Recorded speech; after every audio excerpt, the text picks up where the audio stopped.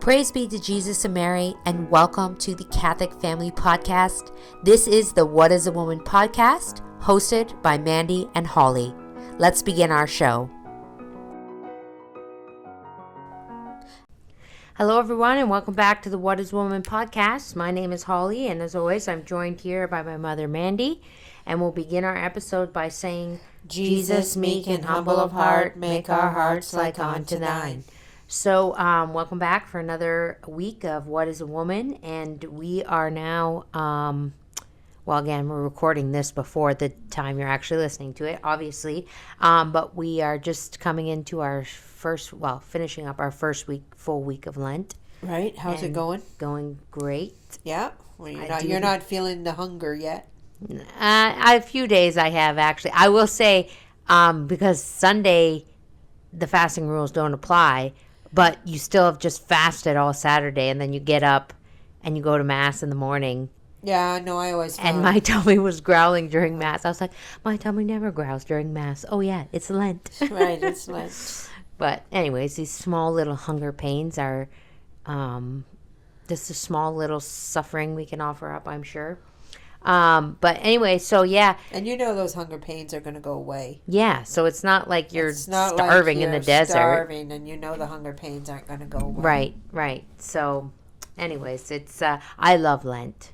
I do. I love Lent, and it's funny when you're a child and the ever popular candy you give up or whatever, and you're just like, oh, it's so hard, I can't have any candy. You're just like so dramatic about it.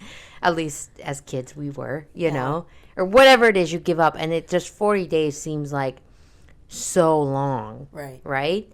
But then for me, I'm just like, you know, it has a different, for me anyways, as an adult, there's a different tone to it. There's a different, it's not about giving up the candy. Like picking one thing and giving that up for 40 days. And I mean, they're children and it has to be this way. I'm not saying it shouldn't, but I'm just saying as an adult, it takes on a whole different... Well, there's more purpose. There's more purpose to it. Why you're doing it. Sure, kids know there's a purpose, but they don't really understand the purpose. And you're just more or less, training them for... Yeah. For what's to come. Training them to actually control their will. Yes. It's the bending. Well, and that's funny because that's actually what I told my kids. Because my kids each give up one thing in particular. But then also throughout Lent, I'm constantly, and I'm not doing it in a mean or rude way, but their dad will come in and he'll have like candy or something. And even though if they didn't give up candy, I'll just say, well, okay, I'll use this example. So last night after dinner, my son wanted ice cream. And I said, well, Dougie, it's Lent. I know you didn't give up ice cream, but, we should use these little small things as opportunity to remember that we're still in the season of Lent. And even though we didn't give up ice cream, we can take that small sacrifice and offer it up. And, and then my son's like, really? Really? You're just going to take this from me too? I said, no, I'm not telling you. I'm just saying if you want to make your Lent the best you can make it, you constantly give our Lord more and more. And what you're doing, and I told him, I said, what you're doing is you're showing our Lord that you're bending your will to his. And you're saying to him, I can do this for love of you, So, well, and he didn't have the ice cream. And it wasn't like I was guilt tripping him or I just made a suggestion. Yeah. And because that, to me, that's what Lent is, I do give up specific things, but then I also throughout the day, curb yourself. I curb myself because I do want to bend my will. So I told myself the other day, okay, you can have sugar in your tea, the first tea of the day. And I don't do this every day, but yesterday I thought, you know what? So now for the rest of today, don't put sugar in your tea. Right. And that doesn't seem like a lot, but to me, I don't have a lot of sugar in my tea, but it does make that tea spectacular. Just not even a teaspoon. I don't even put a teaspoon of sugar in my tea, but it makes the tea, just gives it that little sweetness, But when you don't add that, you really notice it's missing. Well, You unless don't, because you don't put sugar in your tea. I knew you were going to say that, but I'm saying for us I just got people, used to it. That's what happens too. Sometimes you just get used to things, and then you're just like, well, that doesn't taste right. That's exactly Yeah. what happens. You get used to it, and then it becomes your preference. right? But like I know, but for me, it was like, you can do this. You cannot I mean, put sugar in your tea I for started one out day. the rest of the world as a child having 10 scoops of The sugar in my tea. Like that's the way we up here in Canada we're and Milk and also too sugar. we have a real British ancestry. So we have been raised on tea. Mm-hmm. So So it's a big deal for us. it's a big deal even as a child, and Like of my course, son loves tea. yeah, and so they love the sugar. They just Well, yeah. give us the sugar pot. That's what he says to me the other day. He says, "Mom, can I have some tea with you? But please, can I be in control of my own sugar?" I said, "No."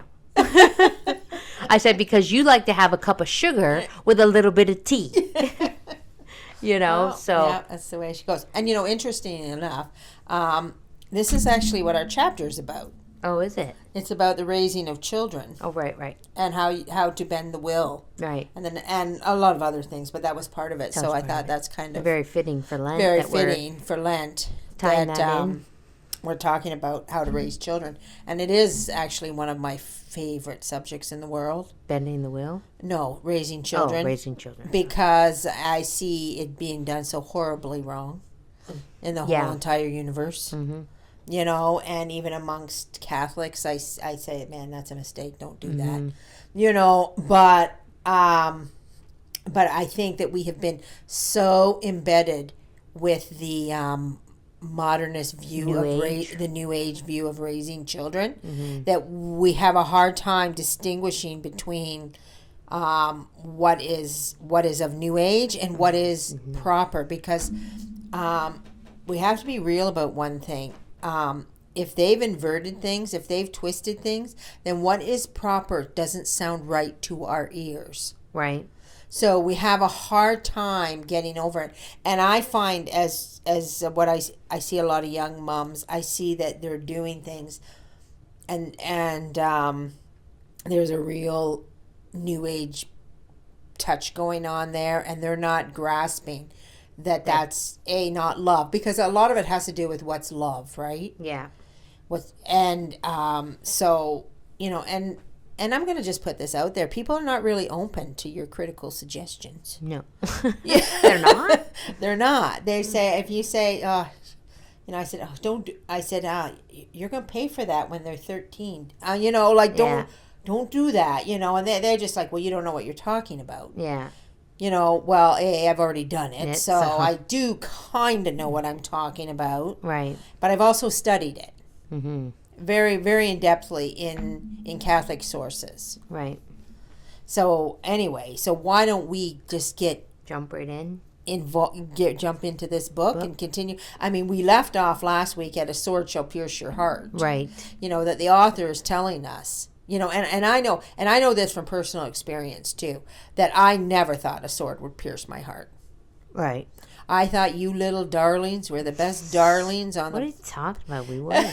on the face of the whole entire planet, and I had all the answers, and I had it all figured out, and I was doing everything right. So you can imagine my shock.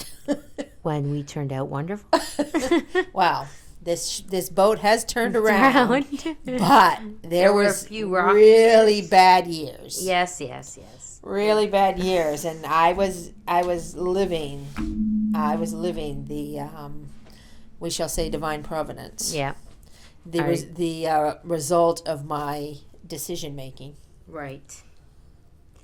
Okay, so I don't know where we left off. Oh, we finished off number 7. Number 7 is where we're at there, marked. Okay. Right, so above that we're talking about a sword piercing the heart. Right, so we're starting here. We'll Okay. start there. Okay, so quote, "A new career now opens before you, Christian mother, which has its joy, it is true, but it has also its pain, to which you are as yet a stranger. Accept the former with gratitude and the latter with resignation, and devote yourself entirely to the duties which your situation imposes on you." End quote. Right, okay, so we left off last week kind of halfway through one thought. Right. Right, about a sword piercing your heart. And the next paragraph is kind of telling us that to have resignation to the will of God, right? So, like, I mean, you're going to be far better off and in far less shock, Yeah.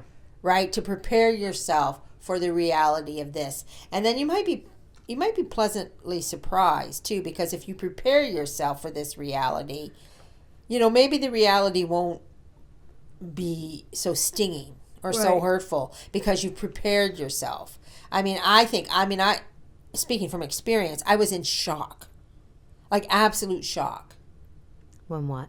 Well, when things started to go south. Yeah. Right? I was like, how is Well, this? because you prepared yourself for a life of bliss. I did. I had prepared myself for, I was doing everything right, and there was not, and I had all the answers. A man smart, you don't even know.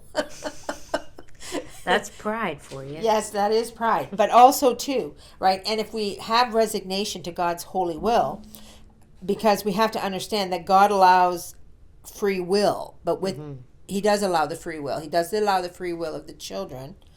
But with the gift of free will also comes the gift of divine providence. Yeah. Right? So that that we have the understanding that God is actually in control.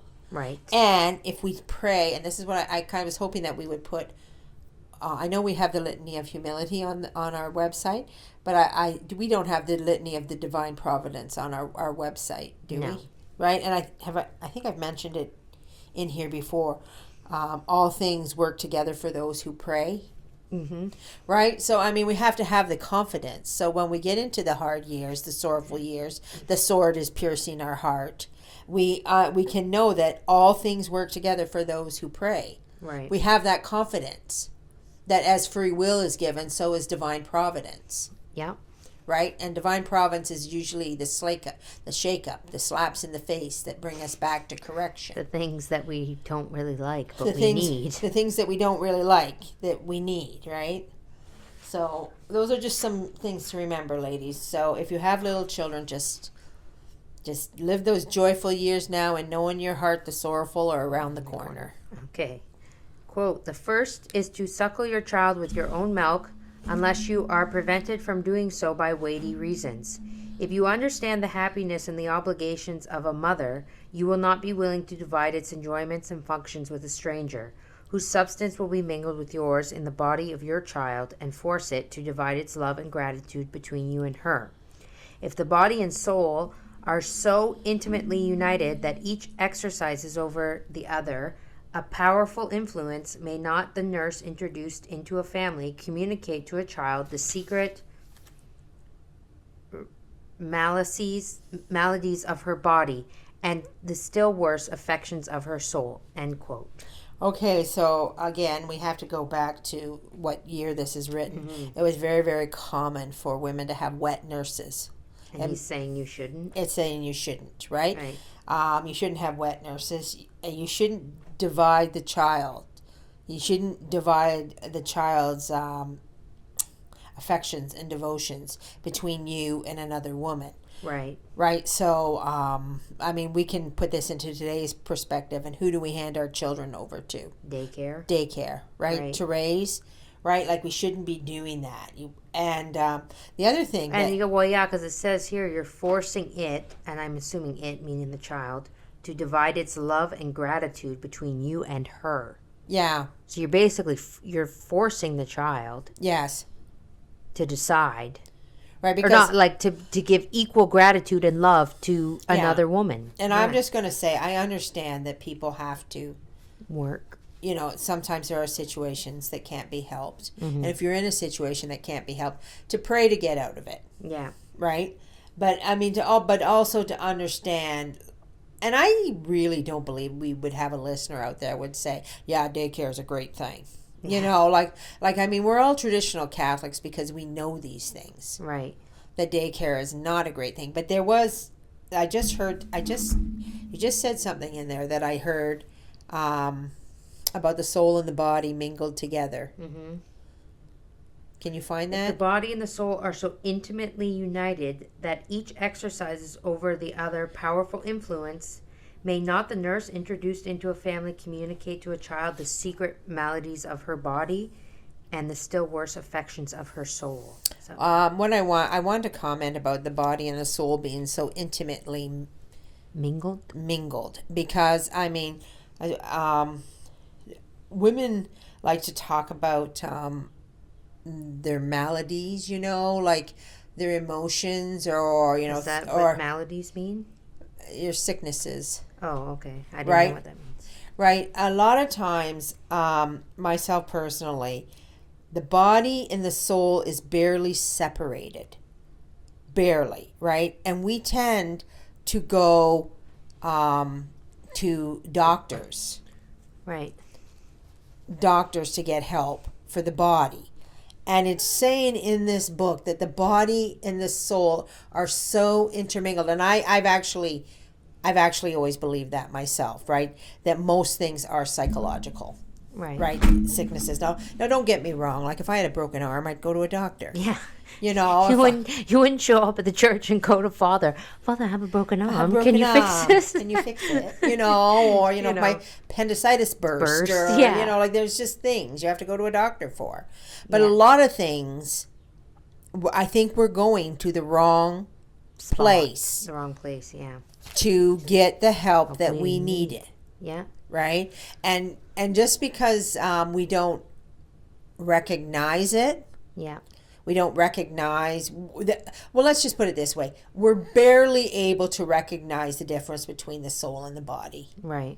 Like it's not something that we're, I guess, proficient at, or, can tell, right? Is this a malady of the soul, a malady of the body? And then we have the New Age teaching telling us that everything can be controlled by with your emotions, and with pills and uppers and downers and lowers and sidewaysers and depressions and anxieties and all this stuff. Right. Well, this book tells us right there that the soul and the body, what does it say?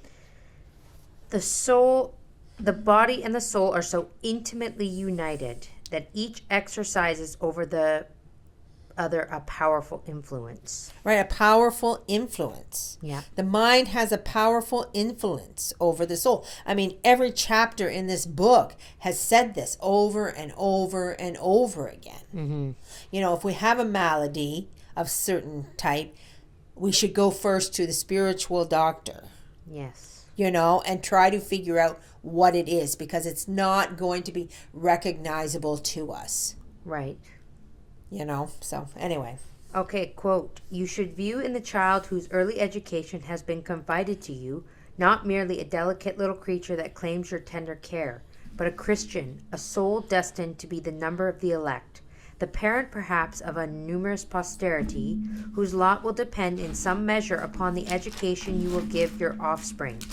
We all know that there are families, as it were, privileged, which preserve intact the precious inheritance of faith and virtue which was transmitted to them originally by a Christian and pious mother." End quote. Okay, that was number 9, was it? Yeah. Okay, so, I think the other thing that we have to relate to here, these are all like problems mothers have.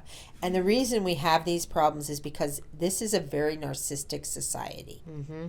Like, and people who know me know I call myself a narcissist. Yeah. And I don't believe that people are not narcissists. Like, unless you're a saint, you're a narcissist. Yeah. Because we live in this age of self, and it's constantly presented to us, right, all the time. So what happens when a narcissist becomes a new mother? Well, everything becomes about her. She can't. She has a very, very hard time, right? I mean, you went from doing whatever you wanted, whenever you wanted, however you wanted. And okay, ladies, and let me just be clear. I use the term narcissist very loosely. I mean, there is a psychological narcissist that's kind of like a demon, but there's also this being so filled with self that we only think of ourselves, right? And I don't know many people who are raised as children, teenagers, and young adults that aren't filled with the need of self. Right. Right? Like, you have to be a very saintly child, a very saintly young adult. Yeah. So what happens, and I'm not saying the women are not good, young women are not good. You just have to acknowledge that this is within you. Mm-hmm. So when you have the baby and you went from 24/7 doing whatever the heck you wanted, whenever the heck you wanted. If you wanted a drink, you got up off the couch and went and got one. Right. And now you constantly... You can't do that. Some little baby is controlling your every little movement. And this is especially to new moms. Right. Right? So that baby cries, you have to respond. Right. And I remember this perfectly, as it was overwhelming for me.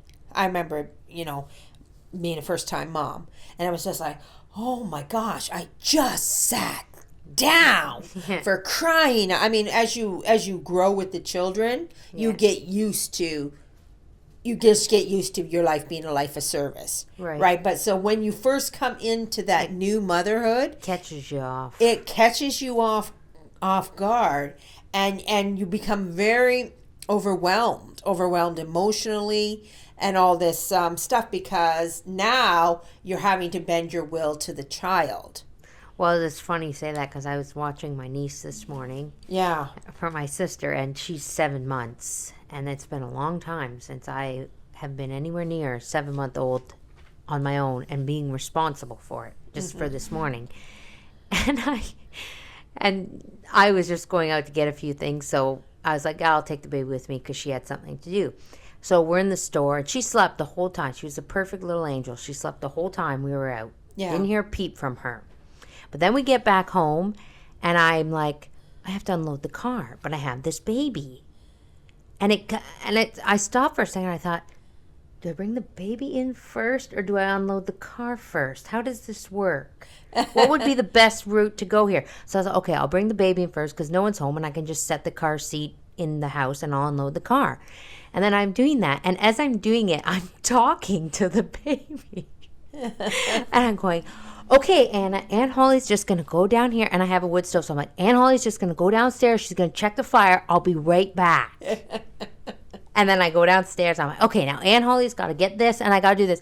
And then I'm like, I'm talking to a 7-month-old and she's looking at me like, what are you doing, lady? Like, and then I'm like, I don't really think I need to explain this step by step to her what I'm doing.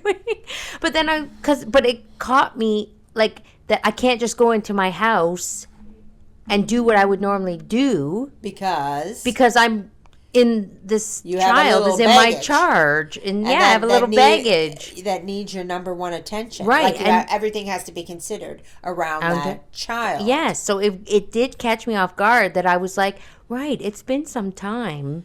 Yes, because normally when I get home, I have a 15-year-old and a 10-year-old, so we all just walk in the house and go about our business or do whatever I got to do. 15-year-old to bring the stuff. Right, in. and then I say unload the car. It's a much better situation for me. but anyway, so this is why mothers, they suffer these things like postpartum depressions, right? And they suffer these things because it is the baby. I mean, and thank goodness we love those babies to death, right? Because they are a ball and chain, right? Like you've never had one before, right? So it's a little bit different. So you have to. I mean, and again, we're talking about the maladies of the soul. Mm-hmm. Right, like you have to recognize from whence this, like say you had postpartum depression, mm-hmm. like where is it coming from? Like it just, the medical world, they throw out these terms, right, and treat them like, I don't know, and they are somewhat normal. I'm not saying they're not normal because, like I said, yeah, now you have a ball and chain, right, but the remedy is spiritual, right. The remedy is always spiritual. Like you have to think of others other than yourself. Right. And I mean, I do know a woman who had a little problem. And her husband said to her, he said, I would like you to think of somebody else today. Yeah. Other than yourself. Other than yourself. Right? And that was what he had said to her, mm-hmm. to get her out of the funk. Yeah. Right? And I mean, if we know this, if we know that the body and the soul are so intertwined. Well, it's even like the new age will tell you. I'm going to use anger as an example. That you got to let that out. Right. And somebody told me recently that there's such, I don't know if they have these in the States, but there's such things here now. What was the term? A break room, I think, or something. It's called the break room. And you get to go in there and you get to just smash things to smithereens. Oh, yeah, I saw that. And so they have just junk, like old computers, old whatever. And they give you a sledgehammer and you go in there and you just smash things to smithereens. And it's to help you let your anger out. Mm-hmm. And this person was telling me this, and I was just like... Yeah, I saw it. I don't know if I was telling you. Well, no, I told you. Oh, you told me. And I was like, wow. Well, and okay. That's contradictory to what and we've been taught. Too, it is very contradictory because the thing about vice is the more you practice it, the more you do it. The more you do it. So you don't get to go into a room and just smash it to smithereens just because you're angry and say, okay, that's all out of my system. Now I'm good to go. No. Because what you're training yourself to do is when you're angry, you just got to smash things. Right? So these things, vice is like a cancer. Sin is like a cancer. It grows and it breeds. And the more you do it, the bigger it becomes. Right. And the bigger problem it becomes. So, whereas virtue, on the other hand, the subjecting of your will, that's what stops it. Like it's like you're cutting the root of the tree. Right. And so for myself, I struggle greatly with anger. And when this person told me this, I was like, I have anger. Okay, I do get angry, and I know that it needs to be controlled, not let out. Not let out of the bag, or right? Else you're a psychopathic lunatic. So it's these things that we learn about ourselves. The key and the medicine is in most of these problems, like my mom was saying, is spiritual, because you need to learn how to overcome them. Right. And overcoming them does not mean giving into them. No. And does not mean letting them grow. You, like you just said, you cut it off at the roots. And that's on you. And as far as I'm concerned, yeah, I don't believe there's a pill out there that can do that. No, I don't think so. Like I know there are certain situations where you take things. So I'm not saying medicine is not needed. Yeah. But what I'm saying for these things, and a lot of the root of these problems are stemming from vice. Right. So for myself, battling anger, and I will tell you, I've been in situations dealing with people and dealing with things in my life where I let misery and I let things overcome me because I'm in a situation where I felt like, this is awful. This situation is awful and I can't do anything about it.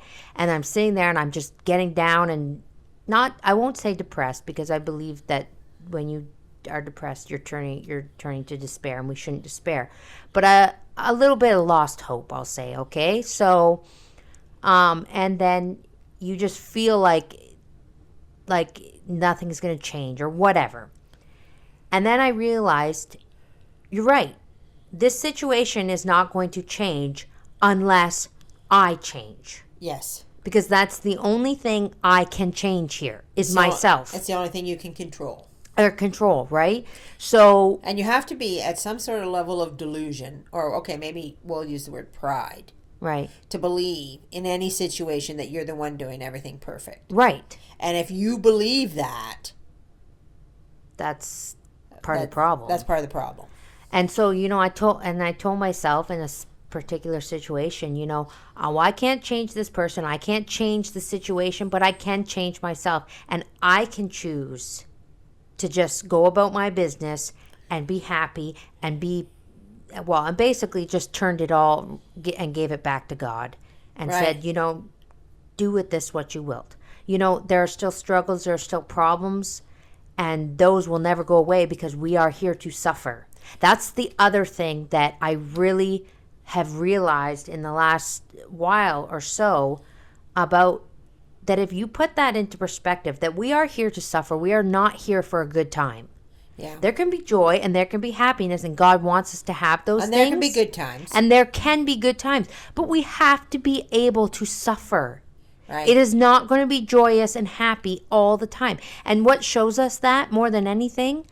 Lent. Yes. Like, there is a time for suffering, and as far as I'm concerned, and I could be wrong about this, but the suffering for me personally needs to outweigh the good, because I want to serve my purgatory here. Right. I also, when I was teaching the little kids catechism, I used to say, you're packing a suitcase. Yeah. Have I said this before? I'm not sure. I To don't me, know. you have, but I know. Well, I was I there never know for if it. I've said things before in pod, but it bears repeating again if I Yeah. have said it. You're packing a suitcase to take to heaven, right? And so what you're putting in that suitcase is every sorrow, every injustice, every painful thing that has ever happened to you, every wrong that has ever been done to you. You're just, when somebody does that, you take it, you put it in your suitcase, and then you say, well, that's going to heaven with me, right? And then shut the lid and move on. And shut the lid and move on. And because when you get there to the pearly gates, there's these scales of justice up there. And you want to take your suitcase and you want to give it to God, and you want to say, this is what I brought with me. Yeah. And he's going to throw that suitcase on the scales and see how heavy it is. And hopefully, though, that suitcase outweighs all the injury you've caused. Yes. Right? Because you want that to outweigh the injury you've caused. Yes. Right? So, I mean, I don't know how do we get so distracted here? I don't know. This always happens. But I mean, basically, Well, we were talking about the maladies and of the soul and the body. Right. Right? So anyway, everything needs, ladies, deep spiritual reflection. Right. You have to get to the root of things. Yeah. And that's generally psychologically, and it generally involves sin. And, for my money and my book, there are far more spiritual remedies out there than temporal. Yes. Anything you will get from this earth, So, right. I mean, that's the confidence in God too. Yeah. Right? Like, I think it was St. Teresa said, there's no such thing as too much confidence in God. Yeah. There's no such thing. Yeah. And even, I've tried to practice it a little bit. I've had physical things happen to me. Like I think I had a spur or something in my foot once. Oh yeah, your heel. Yeah, I couldn't walk on my How long did I had decided that I didn't care. Yeah. And I wasn't going to look after it. Yeah. Medically. Right. I would just offer it up.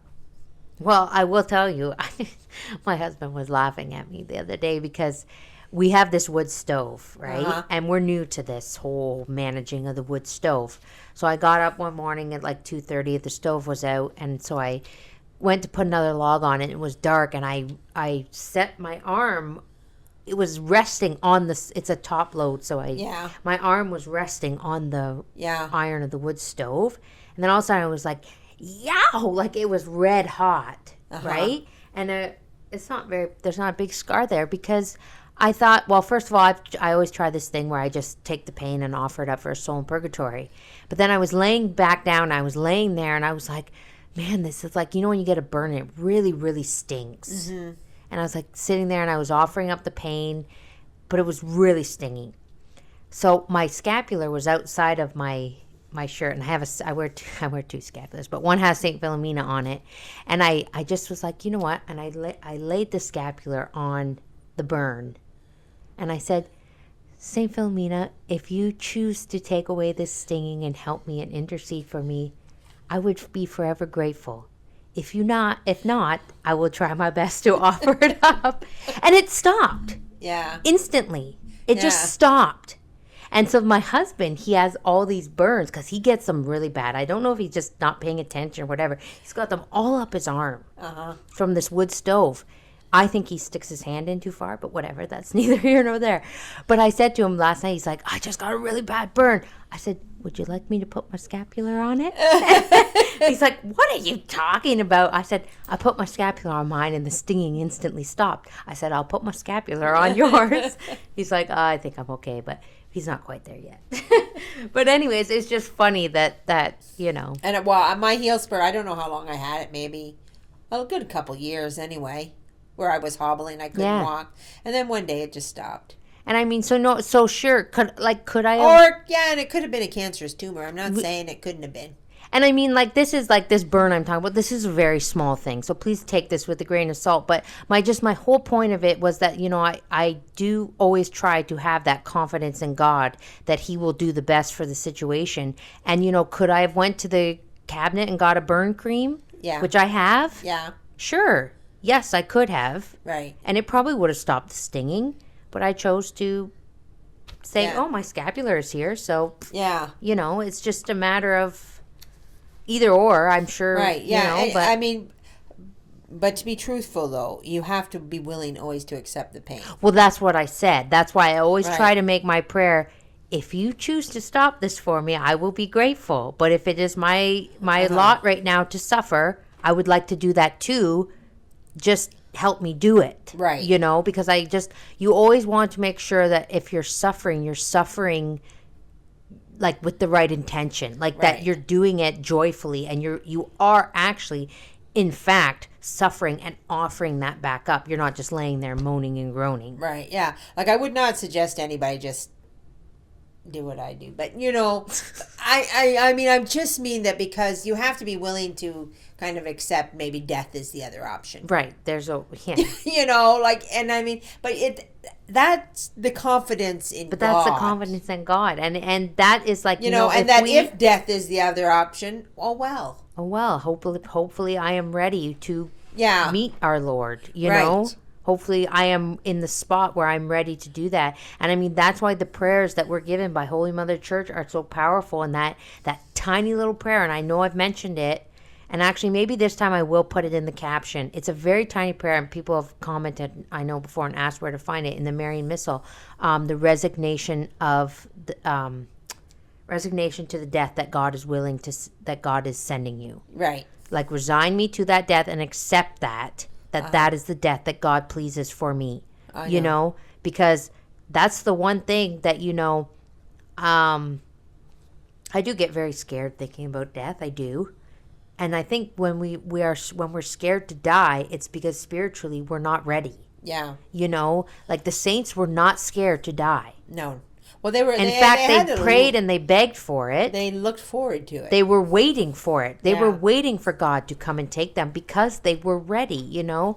So we always have to just... And I mean, I'm just going to stop us right here, right now. These ideas that we're throwing out here are very foreign. Yes. Like, most people don't talk like this or even hear this. Like, you have to go to some really old books with imprimaturs to hear this kind of thinking. Right. Well, the reason why I think this is so prevalent, and I'm speaking like this right now, is because I just finished the little Catechism of the Curiars, and the very last chapter is called Paradise. Yeah. You know, and he's literally telling, it's probably a sermon he gave, or it's one of his writings, you know, that, you know, we can't even fathom heaven. Because if we could, it would blow I'm paraphrasing here, you know, but it would blow our minds into oblivion. Yeah. We can't even fathom it. And the saints, you know, they couldn't fathom it either. They were human, just like us. But they knew that it was the one thing on their mind. Was heaven. And like St. Teresa says it perfectly, the world is thy ship and not thy home. Like, Right. you have to be living. And also, too, like, let's also point out, too, this is why the saints were so sane. Because they recognized what was most important. Yeah. And that's what they followed. Yeah. Right? So that's where the sanity comes from. Yeah. If somebody said, I read it once somewhere, if somebody said, well, the most important thing is that you get to heaven, Yeah. you know, well, actually, we said in the last podcast, the most important thing is to glorify God. Glorify God, and that will be your salvation. That will be your salvation. But if if that's the most important thing, then that should be our only thing to think about. Right. All day, every day. And when you think about it, so the book is talking about maladies, and the saints, when you read any story of a saint, they were never concerned with their maladies. No. Never. Saint Bernadette, Yeah. with her giant tumor bursting out of her leg. Or that Saint Damien and the lepers. Like, they were never concerned with their body. Never. Yeah. Even vanity wise, you look at, was it Saint Rosalima prayed for I don't know which saint was. I don't want to mess it up, but she was so beautiful, and Yeah, she it was Saint Rosalie. So like their bodies were of zero concern to them. Yeah. Zero. And we read the lives of the saints, so I know all you ladies out there have read all this stuff. Yeah.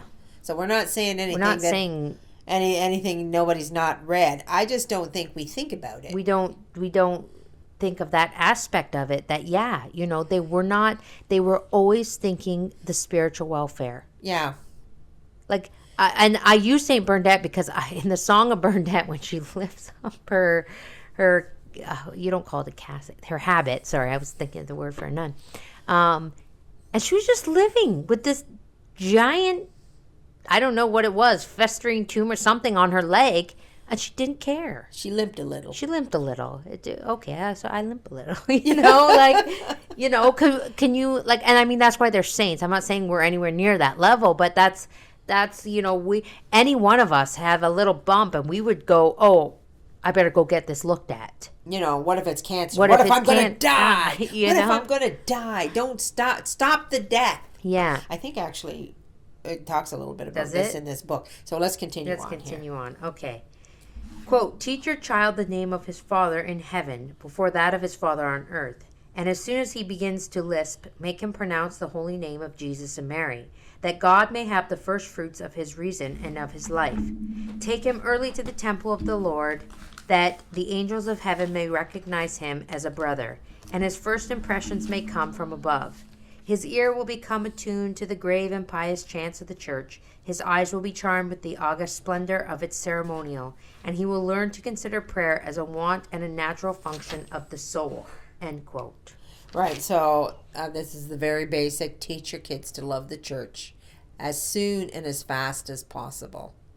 They must have a very deep love for the church. If you don't harbor that when they're young, yeah, even... what's funny is it says, take him early to the temple of the Lord, that the angels of heaven may recognize him as a brother, and his first impressions may come from above. And I can't speak from personal experience, because when I had my babies, I was away from the church, unfortunately. So that is something I regret. But you see it often, and I'm not saying one way or the other that mothers, but I'm speaking for myself here. If I could go back and redo having babies, they would always come to church with me. Yeah. Because and this book tells us, and I know they're a nuisance, and I know they're a pain, and I know they're loud, and they cry, and they disrupt mass, and they, but it tells us right here in the book, this is so that it says the angels of heaven may recognize him as a brother, and his first impressions may come from above. Yeah. We shouldn't be so naive to think that God can't impress upon our babies. Yeah. Well, they need to be there. Do you remember when Dougie was just learning to talk? Oh. And he would call Father Bernard Jesus? Yeah, I know. Bye, Jesus. Bye, Jesus. I'm like, shh. That's not Jesus. It's not Jesus. But that was his first impression. And I mean, he wasn't a baby, because when he was a baby, I wasn't at the church. He came at about almost one. Right? My son was almost 1 when I came back to the church. But even still, that's what he and also too, if you don't introduce them to the church music at a young age, they will not like it. Yeah. As an adult. Yeah. Because it's way too slow. Yeah. And the world is very fast paced. It's very fast moving. Yeah. So if that's what they pick up, it's very hard to go backwards. Right. It's very hard to go backwards to the slow and the steady. It doesn't hold their interest. Like, you really have to I mean, we know that from ourselves. We're speaking from personal experience of having to undo things. Undo well, I am things. anyways. Undo your love of, secular music. Yeah. In order for a love of, something soft and flowy. Well, yeah, even personally, it took me a long time. And this is coming from someone who's sung in the, or not sung, played the organ. Well, I did sing a little bit, but played the organ in the choir since I was 16 years old. Minus a 5-year span. I feel like I always have to say that or I'm not being honest. But anyways, that, I grew up around this music. It was ingrained in me and I still fell away and I still, fell in love with the secular music. But when I decided that, okay, no more secular music, I don't want to listen to it anymore. I just want to fill my home and my life with good spiritual music.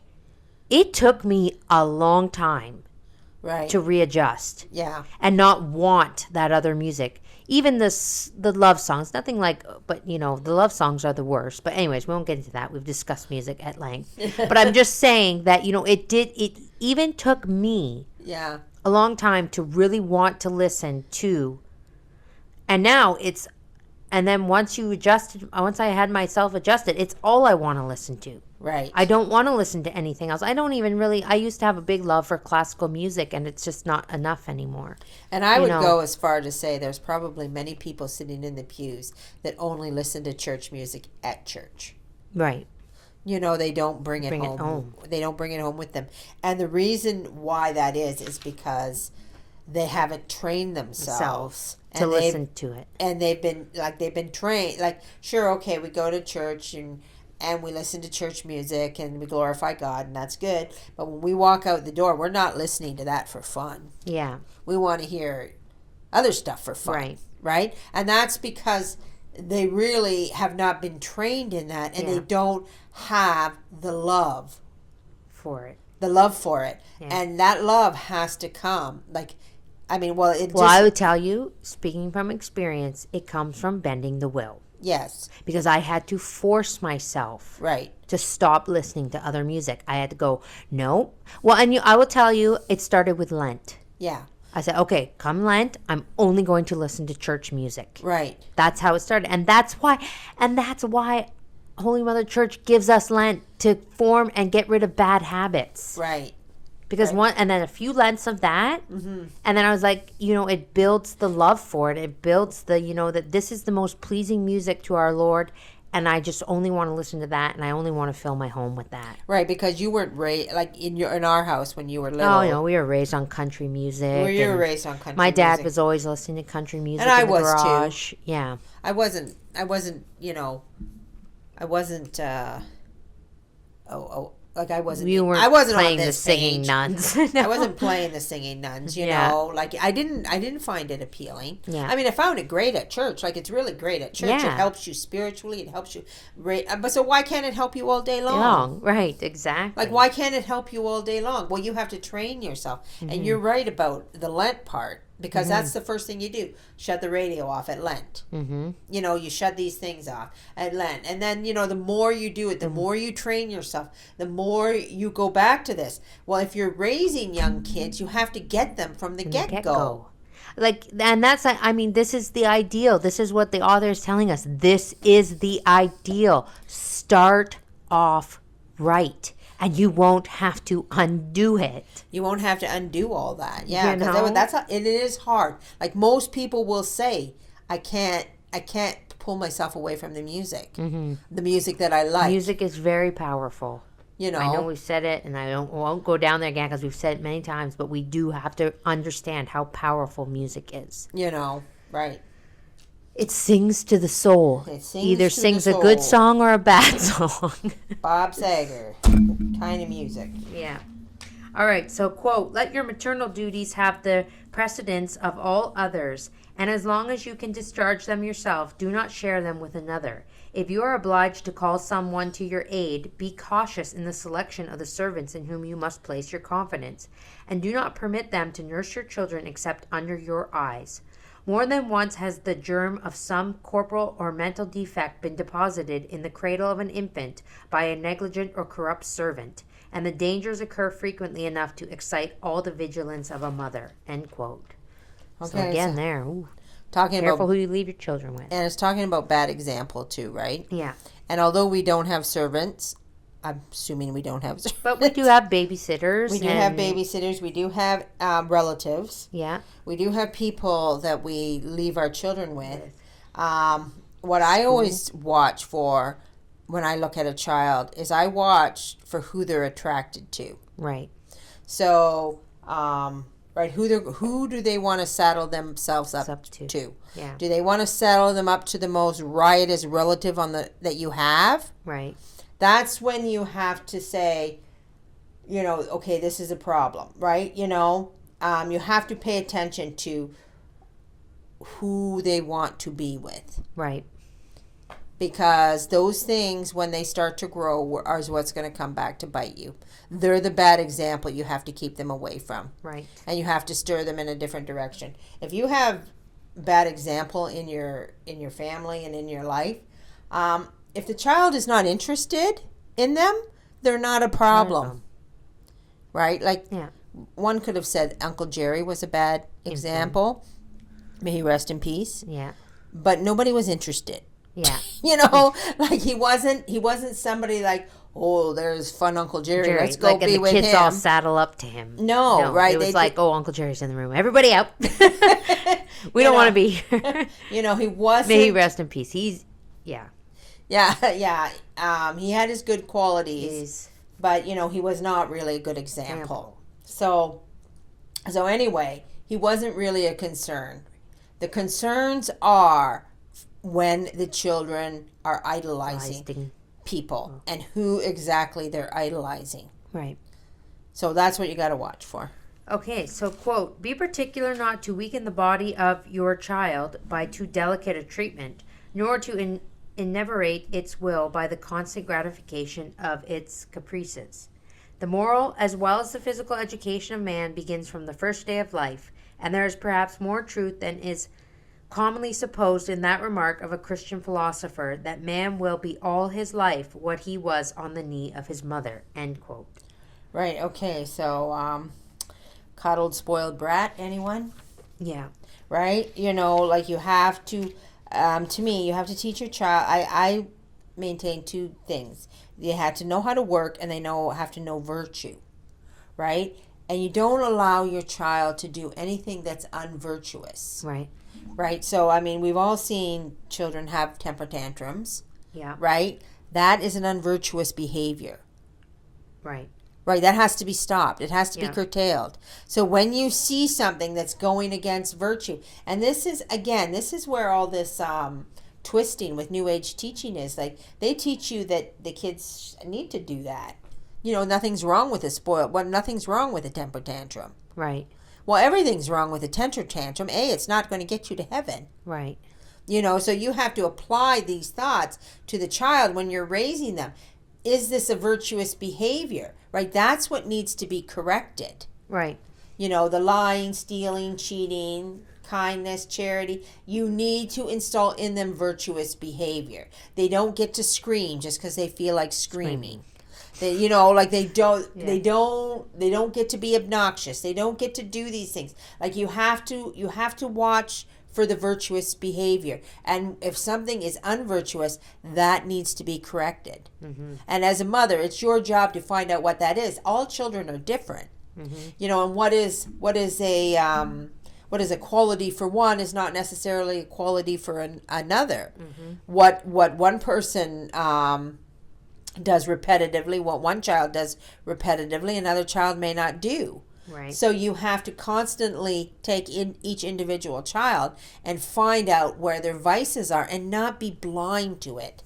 Like mothers have a tendency to be so blind to their little children. Yes. Like they just think they're just adorable. Mm-hmm. And they are. They are. But they are also can be the opposite. They also can be the opposite. And you're forming and correcting. So, and also I think parents tend to think it's a slight on them. Like they're so connected to their child that the child is doing something, say, unvirtuous, that they take it personally. Like that's a personal slight against them. Mm-hmm. It kind of is a personal slight against you if you don't correct it. Right. You have to correct it. You have to not take things personally, and you can't be blind to it. You have to be looking for it. You have to be looking for their faults so you can correct them. Right. So, Okay, quote, a child must first feel and afterwards understand that his caprices will never be indulged and that he must resign himself to obedience. Obedience is the great secret of life. It is the principal duty of man. With this he must commence, and with this he must end. For death is the last and at the same time the greatest act of obedience that God requires of man. He who knows not how to resign himself and to obey knows nothing.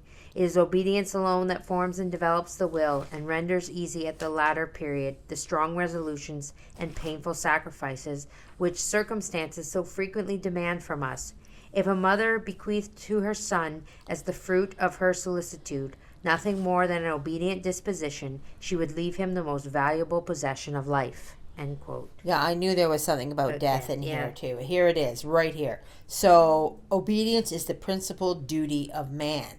So, I mean, this thing is telling us if you teach your child nothing but obedience, That's the most valuable. that's the most valuable thing. But here, this is what struck me. For death is the last and at the same time greatest act of obedience that God requires of man.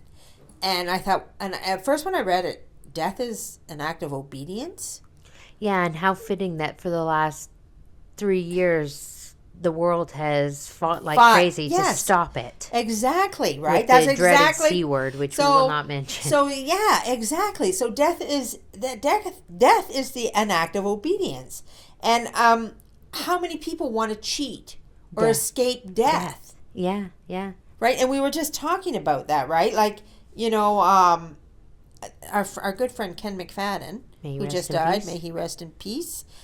He actually, I didn't realize this. I was visiting with my brother over the weekend, and he told me he had kidney failure, and they wanted to do all sorts of things, like they wanted to put him on kidney dialysis and all this stuff. And he said no. He said no. He said wow. no. It is what it is. And look at that. And look at that. He was rewarded. I would say he was rewarded with the last sacraments. Yeah. A deathbed confession. The whole shebang. Yeah. Like I was shocked when my brother said that. He said no. He wasn't willing. Wow. That's incredible. And I thought, like, how many people, like I said, how many people can't just let go? Yes, they just say that. Or not even how many people just can't let go for other people. Yes. Like when you're somebody's power of eternity. Yes. Or power of eternity. Power of attorney. Did I say attorney? Anyways, you know what I mean. You know what I mean? And they just can't, like, they try everything. No, push everything throw everything at him, save him, whatever. Uh-huh. Right. No, I know. And we do this all the time. Like, I mean, I have never been a fan of the cancer societies. Mm-hmm. I've always, and I said years ago that I always said, well, I hoped I had cancer. And I remember you saying that when we were kids, that you wanted to die of cancer. I know, and I've said this before, and I said, well, I want to know so I can get in some more praying and sacrificing. Yeah. And, and I've said it aloud to people, and people just think I'm crazy. It's like, oh. Like, I remember going to work, I said, well, there's nothing wrong with cancer. And they're like, what? I said, well, God's giving you a warning. You gotta die. Wouldn't you like a little advance warning to get yourself spiritually ready? And and and not only that, like, I mean, we shouldn't joke about cancer, because people that have cancer are in a lot of pain, and they do a lot of suffering. They do. It is a lot of suffering to suffer through cancer. Your body is basically killing itself. Right. So there's a lot of pain and stuff tied to that. So, if you could spend your last days suffering. Yeah. Doing that extra suffering. And again, this is stuff you're putting in a suitcase. Right. Remember that suitcase? You need to fill it with something. Yeah. Right? So why not you take these opportunities? Why do you want to fight death kicking and screaming? And I mean, we don't presume to know, but we do have our little own, I would say, modern day example in that little boy, Malachi. Oh, yeah. May he rest in peace. Right, yeah. Someone made a video about him. I don't know who did it. But anyways, and even the bishop, when he visited us last time, he gave a he mentioned him in the sermon. But, he suffered through all of that pain very joyfully. Very joyfully, so we can take examples from even people around us. Right. And I do know a family too that lost a daughter at 13. Yeah. And she had a sickness. I don't know what it was, but she just suffered very silently, and she said she offered it all up. Yeah. Wow. This was I was talking to the dad.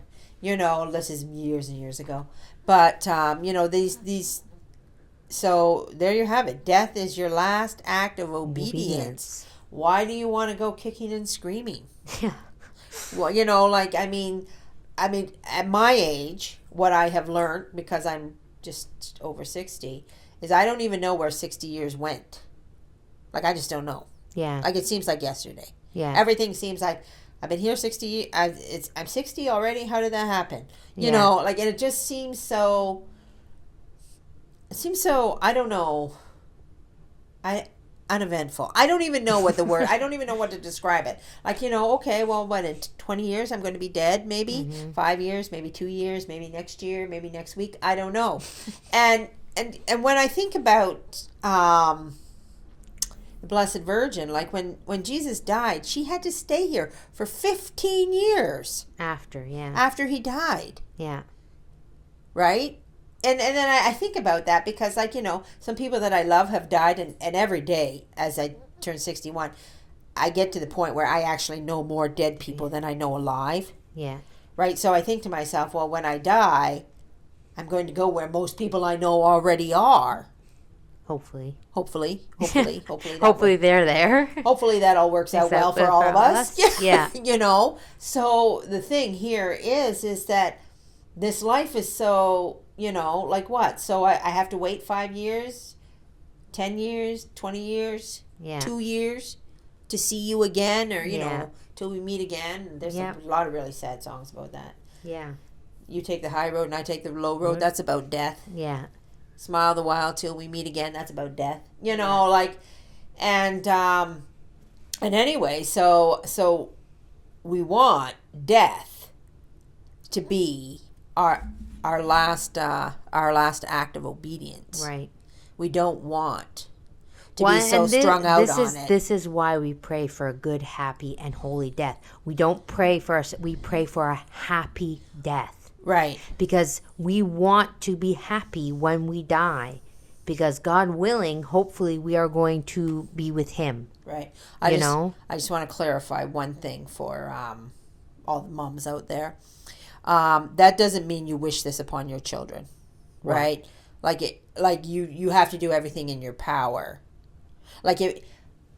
You know how I said I had a heel spur and I ignored it? Yeah. You don't go, your kid has a tumor. You ignore it? No. You don't do that with your children. Yeah. This only applies to yourself. What you do to yourself is one thing. What you do with children, you have a responsibility to make sure their health is looked after. Yes. Right? So you can't just say, oh, well. Offer it up. You have to, there's one rule for you, and then there's another rule for those under your charge and who you have to look after. They must be looked after. Right. All right. Well, we're over the hour, so I guess we'll leave it there. What, over the hour? Yeah, we're over the hour. Good thing we started the book early, but we did a lot of talking in between. But that's the way she goes. Yeah. Okay, so we'll leave it there, and we'll be back, God willing, next week. And unless my last act of obedience happens between now and next week. Okay. Well, moving on from that. You never know. God willing. God willing. Now we got to go say the prayer for the death. And I'm going to try to put that in the caption for everybody because I know people have asked for it. It's a quick, short little prayer, and it's very good. So anyway, we hope that you all have a very blessed week as we journey into the second week of Lent. And may God bless you and Our Lady guide you. And as always, Saint Teresa, pray for us.